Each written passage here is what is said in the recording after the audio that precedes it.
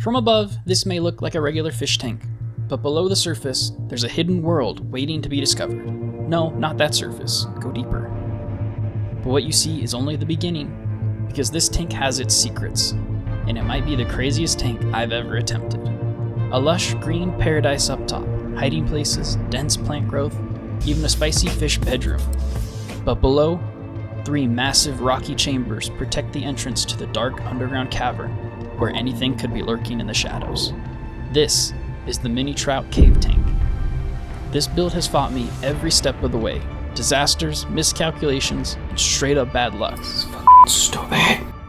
At times, a test of sheer willpower just to keep it alive. But I'm getting ahead of myself.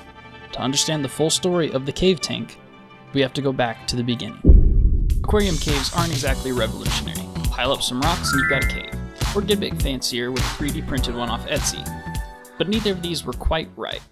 What I had in mind was bigger, more immersive, a cavern, where the surface would look like a normal aquarium, but beneath it, a hidden world. Like 2 aquariums smashed on top of each other.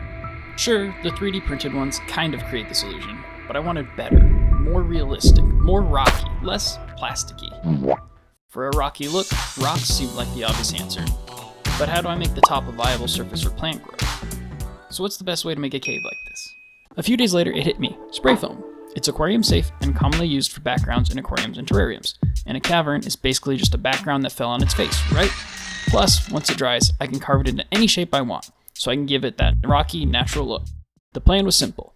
Build the cave structure to fit perfectly inside the tank, drop it in, cover the top with soil, and plant away. And if I ever want to reuse this tank for something else, no problem. The cave can be removed anytime using this drop-in method. Or so I thought. With the plan in place, it was time to get to work. I started by cutting cardboard to match the tank dimensions. This would be my template. To try making my future life easier, I covered all the cardboard in parchment paper, because allegedly foam won't stick to parchment paper. So when the foam dries, it will be easier to remove from the template. But we'll see about that. With the cardboard prepped, it was time to assemble the tank template. Except there's one small issue. The tape wouldn't stick to the parchment paper. You know, that stuff I added to keep things from sticking? It was keeping things from sticking. Shocker, right? Over here at Big Red Tetra, we use 100% of our brains.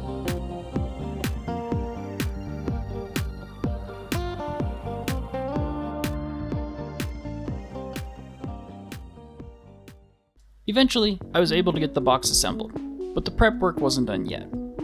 If I just fill this thing with foam, then I'll end up with a giant, solid block of foam, and I'll have to carve the cave out of it. And I'm too lazy for that. So I wrapped some rocks in parchment paper. The plan being, I can bury them in the foam, then remove them later to create a natural cave structure. And finally, for the cave entrances, I did the same thing to a few pieces of PVC pipe. I'm putting a lot of faith in that parchment paper.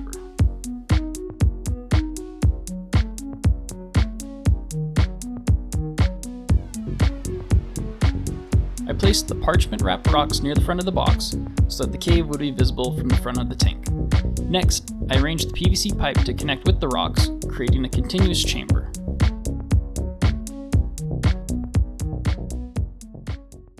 With the arrangement done, albeit a little precariously, everything was ready, and I started to fill the box with foam. I was hoping this first layer of foam would lock in the setup so the pieces would quit falling over.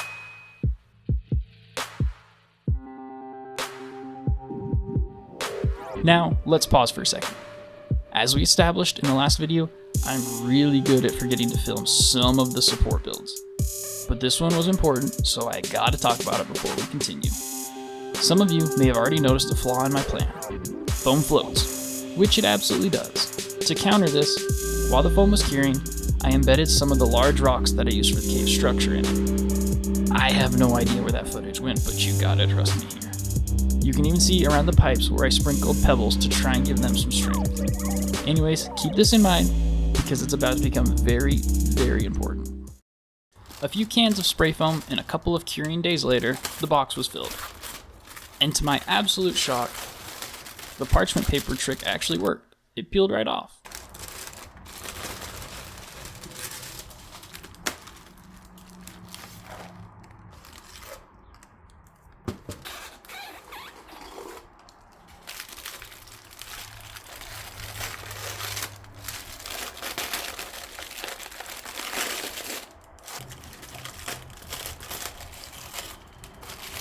I grabbed a razor blade to clean up the edges and give the blob of foam some shape.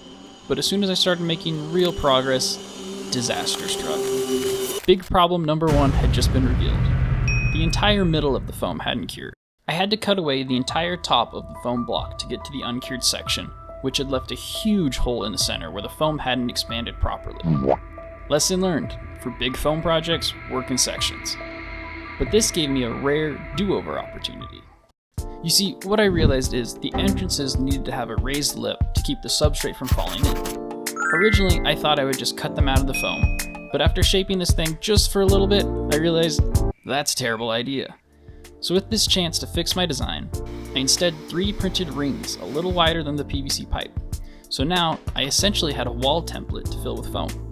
I wrapped the rings in parchment paper, since that trick had worked so well before, and filled the walls with foam.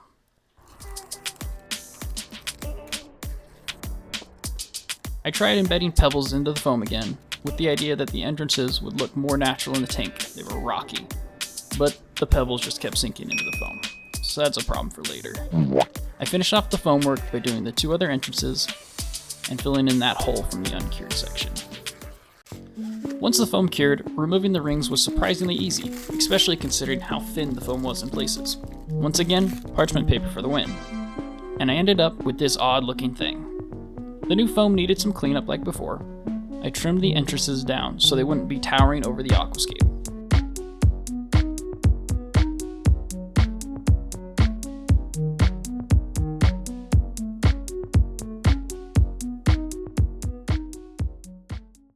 As you may have noticed, there was a new issue though. Some of the rings weren't quite centered when I made the walls, leaving thin spots and some actual holes in the entrances. So I put the PVC pipe back into place, and I patched those up.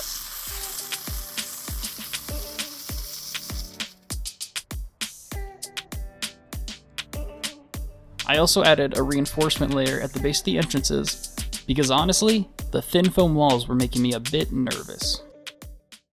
Finally, after all that, the foam work was done. This was the result.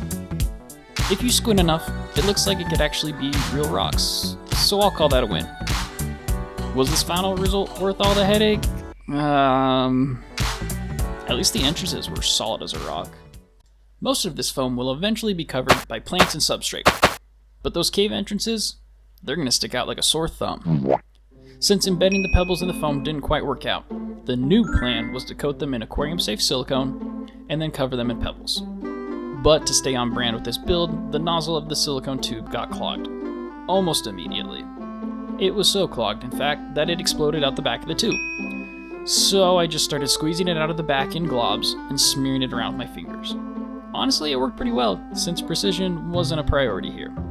But just another thing to add to the list of things that have already gone wrong. At first, I tried being careful with the placement of pebbles, but quickly figured out that the best way was to take a scoop of pebbles, smack it into the silicone with a bit of force, and whatever sticks, sticks.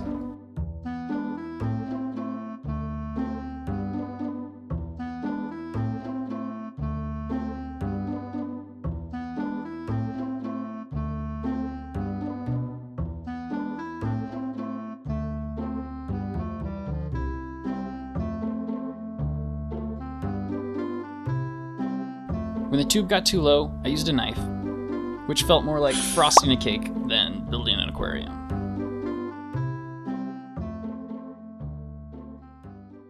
Finally, after all that, the cave was finished. The more observant ones out there may have noticed something different in this clip. It's dark out now. Yeah, this thing took forever to make. With the hard part done, it was time to drop the cave into the tank. I was glad to have made that tank template because I was getting really sick of dealing with this foam. It didn't even come close to fitting. I'm gonna blame the foam expanding more than I thought, because I like that reason a lot more than I wildly messed up 4 measurements. So I shaved off some foam and tried again, and again, and again, until finally, it fit. And I only had to remove a little foam. No, that's weird. It's what the foam wants, I guess, so you better subscribe. The cave was now actually, for realsies, officially done, with 2 large chambers visible from the front, and 3 different entrances.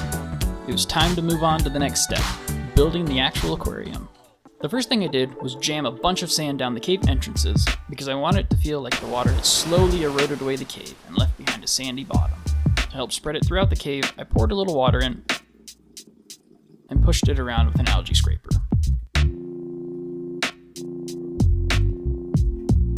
With the cave substrate in place, I moved above ground and added the real substrate. I kept it about an inch below the cave entrances because the way this build had been going, I didn't want to tempt fate.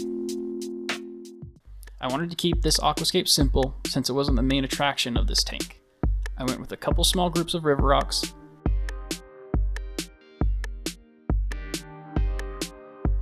and a piece of driftwood.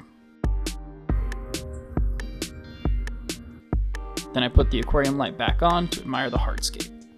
It was time to add the plants. Now if you've watched my other videos, you know my preferred way of planting is to have the tank filled up a little bit. To do that with this tank, that meant filling it almost halfway up to reach the ground level. So I did just that. Alright, we have to pause here. Do you remember when I said I put rocks in the foam? And you said, prove it. And I said, well, I can't. Let's roll clip.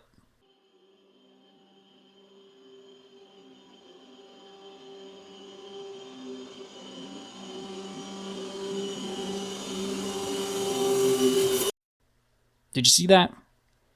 What about if I speed the clip up? So yeah, it floated. Gentle enough that it was hard to see in real time, but plain as day when comparing the before and afters. In full damage control mode, I grabbed some extra rocks, thinking the extra weight might just save the day. But it was no use. Even covering every inch of the surface with rocks wasn't enough. The cave floated. At this point, I was too far into the project to start over, so I started doing more damage control to see if the tank could be salvaged. I drained out the water, removed all the hardscape, and scooped out the aqua soil. If you've never scooped out wet aqua soil, consider yourself lucky. It's thick, sticky, and determined to get everywhere. Now here's where the next problem came up. The cave wasn't watertight in the tank, but it sure was tight enough that removing it would wreck everything. So I cleared out the edges as best as I could, and used some silicone around the edges to basically weld the cave in place. This is stupid. I should have just siliconed it all in place from the start, apparently. With that, I put the aqua soil and hardscape back into place. This was it, my Hail Mary to save the tank.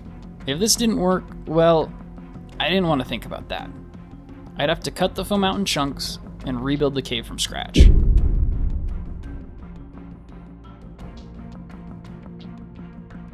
I filled the water up to the bottom of the cave. So far so good, but I'd been here before. I kept adding water, and it held. With the entire scape submerged, the cave stayed put. The project was still alive. I put the rest of the hardscape back into place as best as I could from memory, and moved on to the plants.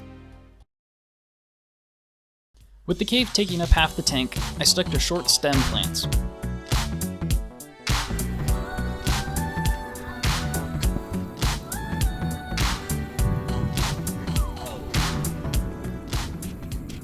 And filled the tank up the rest of the way.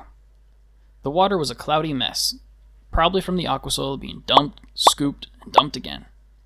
So I added an air filter to clear things up. Lastly, I added the light back on, and the tank was done. By morning, the filter had done its job, and the water was perfectly clear. And somehow, against all odds, the cave was where it was supposed to be, on the bottom of the tank. Maybe, just maybe, this was going to work.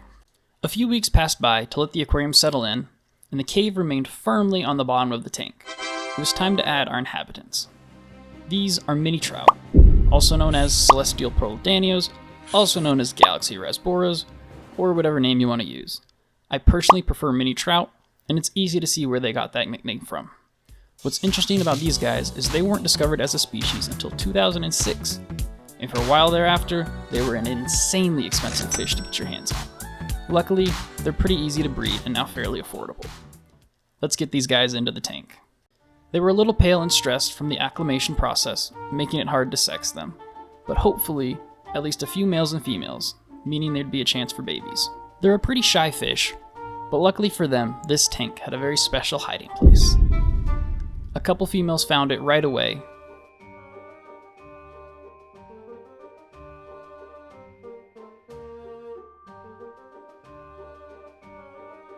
Meanwhile, the others found their own little corners to hide in. And just like that, I barely saw my little trout, which made it hard to film much of anything. But as they got their colors back, I was able to get this grainy footage, which confirmed two very important things. There was at least one female, the darker, rounder fish under the rock, and one male, the smaller, more colorful fish in the background. Getting some baby fish out of these guys was not off the table. I was still struggling to get them to be more social. Even feeding them irresistible brine shrimp wasn't enough to coax them out of hiding. But I had an idea. Maybe they just hadn't learned I was a friend yet. So the next time I fed them, I turned on my camera and walked away. Sure enough, one by one, they came out to eat. A few more days of this, and they realized I was nothing to fear. Feeding time turned into a frenzy. A few days after this, I noticed some interesting behavior. One male, the most colorful male in the tank, was glued to one of the females. No matter where she went, he was right there with her. It didn't take a rocket scientist to figure out what was going on. He took a short break to grab a bite to eat, then went right back to courting his newfound crush.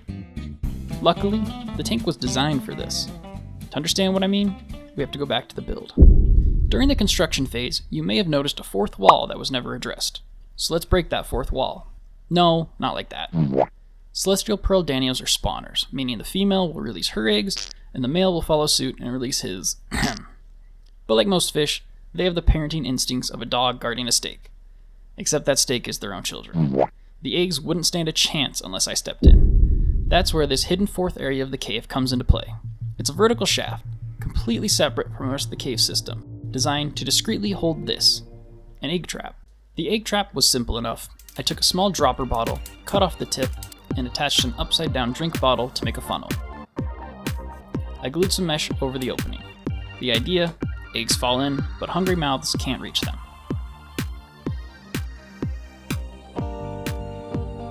Now, if there were eggs, I could remove the trap, unscrew the lid, and transfer them somewhere safe. I just needed to convince the mini trout to spawn there. Turns out that part was easy. They love laying eggs in moss. And since the tank was mostly stem plants, stuffing the funnel with moss should do the trick. With the egg trap nestled in its own chamber, it blended in seamlessly with the rest of the tank, which was perfect. It wasn't exactly the prettiest thing anyone has ever made. Back in the present day, the male had come to that same conclusion. The moss was the spot to be. He flashed his colors, tried his best to impress a lucky lady, and darted back to the moss, beckoning her to follow. At first, he overplayed his cards and scared her off. But persistence paid off. Success.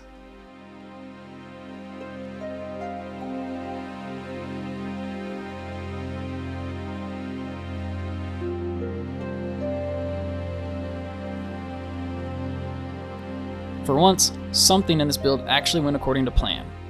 Almost suspiciously so. A few days later, I pulled out the egg trap to see if any eggs had made their way inside.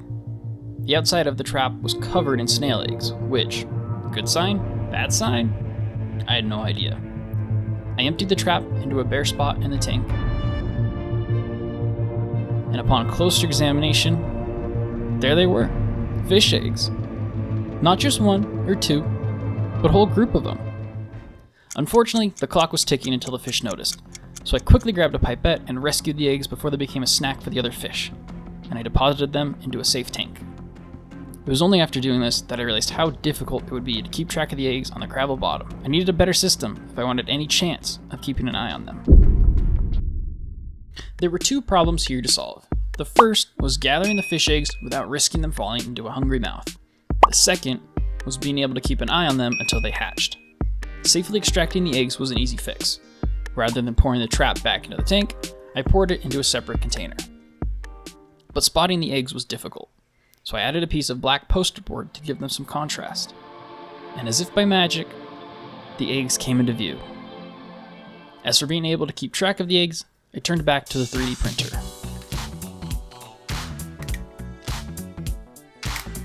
A floating incubator solved everything. The next time I collected eggs from the trap, they were deposited here, so I could keep an eye on them. The finishing touches were a couple floating plants, so the baby fish would have something to hide in after they hatched. About a week later, there were visibly less eggs in the incubator, but I couldn't see any fish in the tank. No matter how much time I spent peering into the tank, there just wasn't any fish. I started losing hope, thinking that maybe they'd just fallen out of the basket. And as a last-ditch effort, I moved the moss around and... Did you see that? I wouldn't blame you if you didn't. I'll play that clip again, a little slower. There, on the right, was the unmistakable shape of a baby fish. In only a few days, this little guy got much bigger and braver. Somehow, through all the issues faced along the way, I had managed to breed my mini trout in their secret cave tank. After the build nearly failed on multiple occasions, seeing this little guy swimming around was the ultimate sign of success. But raising him and his siblings is a story for another day. Thank you for joining me on this roller coaster of a journey, and be sure to subscribe so you don't miss the next one.